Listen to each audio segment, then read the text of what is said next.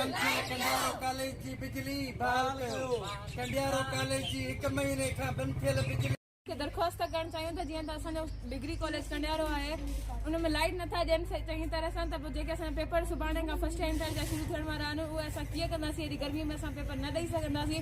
त असां उन्हनि खे रिक्वेस्ट था कयूं त असांखे लाइट ॾियनि, न त असां पेपरनि जो खुली तरीक़े सां बाइकआउट था कयूं। तो यहाँ पर लाइट का कोई इंतजाम नहीं, इतनी गर्मी है यहाँ पर, इतनी गर्मी में हम कैसे पेपर देंगे?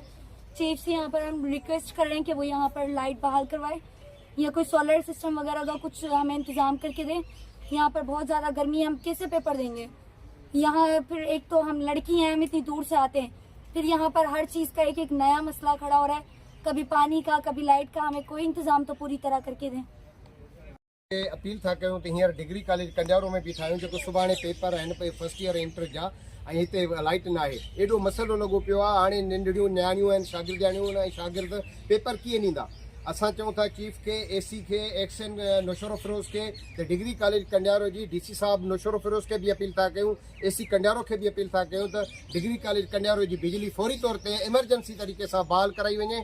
जीअं त सुभाणे पेपर आहिनि, जेकॾहिं बिजली बहाल न थिए त पोइ असां वालदेन ऐं आल पार्टीज़ अलायंस जा जेके आहियूं समाजी मज़हबी सभु पार्टियूं गॾिजी करे हिकिड़ो एहतजाज बि कंदासीं ऐं शागिर्द बि चवंदा असां पेपरनि जो बाइकाट कंदासीं। सुभाणे फौरी तौर ते लाइट न आई त पेपरनि जो बि बाइकाट थींदो।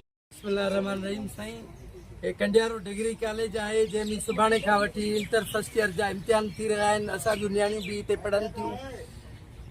हिन में कॉलेज में तक़रीबन 1 महीने खां वठी लाइट बंदि आहे ऐं अफ़सोस जी ॻाल्हि इहा आहे त उनखे बहाल नथो कयो वञे। असां मुतालबो कयूं था वापडा जे तमामु अहलकारनि खां, ऑफिसरनि खां ऐं हितां जे MNA MPA खां त फौरी तौर ते डिग्री कॉलेज कंडियारो जी लाइट बहाल कई वञे ऐं हितां जे शागिर्दनि, नियाणियुनि ऐं जेके बि हिते अमलो आहे मौजूदु, उन्हनि खे गर्मियुनि खां बचायो वञे। ऐं असां वापडा जे चीफ खे, सेप्को चीफ खे इहो चिता था ॾियूं, जेकॾहिं हिन डिग्री कॉलेज में बिजली बहाल न कई वई त असां सुभाणे पंहिंजूं नियाणियूं असांजूं इम्तिहान जो बाइकाट कंदियूं। ज़ाहिर आहे अहिड़ी कहर जहिड़ी गर्मीअ में उहे वेही करे कीअं इम्तिहान ॾेई थियूं सघनि।